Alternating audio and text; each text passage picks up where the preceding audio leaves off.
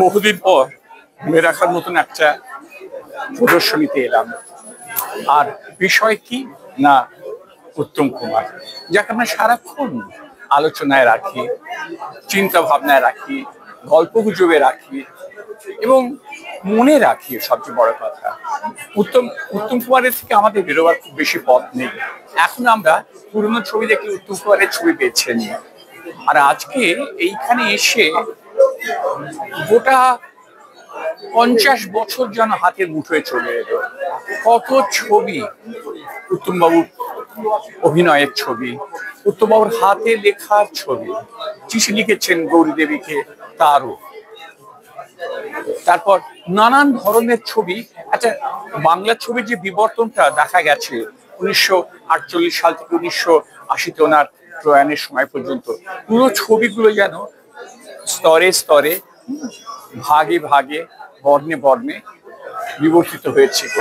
আমার এত ভালো লেগেছে, দেখে দেখে তো শেষ করা যায় না, একবার এসে খুঁয়ে ফেলা সম্ভব না। কারণ এক একটা ছবির সামনে অনেকক্ষণ মন্ত্রমুগ্ধ হয়ে দাঁড়াতে হচ্ছে এবং দাঁড়িয়ে দেখি অনেক স্মৃতি ফিরে আসছে। আমিও ছেলেবেলা থেকে উত্তমের ভক্ত, উত্তমবাবুর বহু ছবি আমি দেখেছি সেই সময়, এবং দেখতাম মানে কি, অনেক ছবি বারবারও দেখেছি।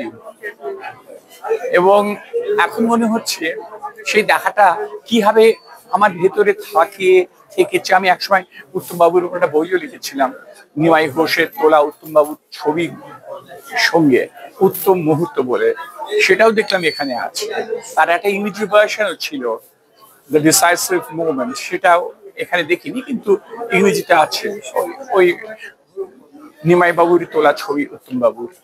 এত সুন্দর একটা মুখ, এত সুন্দর একটা ব্যক্তিত্ব, এত সুন্দর একটা মানুষ, এত সুন্দর একজন অভিনেতা, আর এত বড় মাপের একজন অভিনেতা, যিনি বাংলা ছবি বলতে যাকে বোঝায়, যেমন সত্যজিৎ রায় বা সৌমিত্র, এরকম একটা বড় মানুষ সিনেমাকে কিভাবে আগিয়ে রেখেছে এত কাল ধরে, সেটা আবার প্রমাণ পেলাম আজকে।